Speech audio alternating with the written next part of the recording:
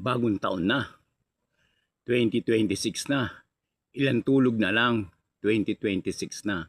At tunay nga pong mararamdaman natin ang mga putukan at mga hiyawan, ang mga patugtog na malalakas, mga maiingay na mga kaldero, mga busina. Yan po ay nagsisenyales ng bagong taon na nga.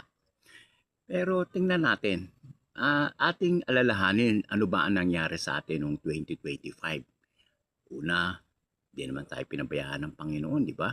Kahit na anong matitinding pagsubok ang dumaan sa atin. Napakarami ng dumaan na pagsubok sa atin. Dinaanan tayo ng bagyo, ng lindol, at sari-saring sakuna. Minsan meron pa tayong karamdaman, pero binabangon tayo ng Panginoon dahil ang pangako niya sa atin, hindi niya tayo iiwanan, hindi pababayaan. May mga suliranin tayo na halos lugmok na lugmok tayo, na halos hindi na natin alam kung paano tayo babangon. Hindi na natin alam ano ang gagawin sa mga suliranin nating kinarap.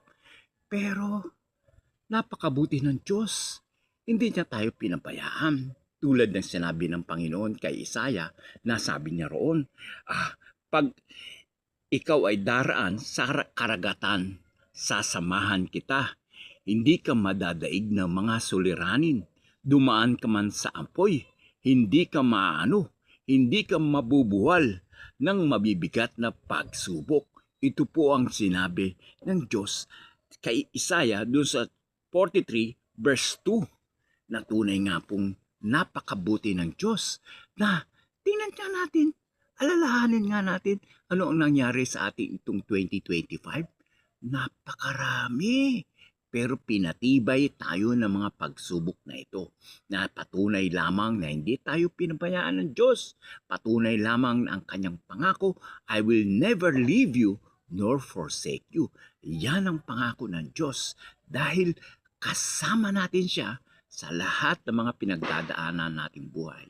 Itong darating na 2026, walang mababago. Walang mababago dahil paulit-ulit lamang ang mga pangyayari. Makakaranas tayo ng mga suliranin, pero makakayanan natin, mapagtatagumpayan natin. Makakaranas tayo ng mga karamdaman, pero gagaling tayo at ibabangon tayo ng ating mga karamdaman at gagaling tayo ng lubusan at palalakasin tayo. Yan ang pangako ng Diyos sa atin. Kaya itong taong 2026, mas higit pang maraming pangako siya na inihanda sa atin na punong-puno ng tagumpay. May inihanda siyang magandang bukas. May inihanda siyang siksik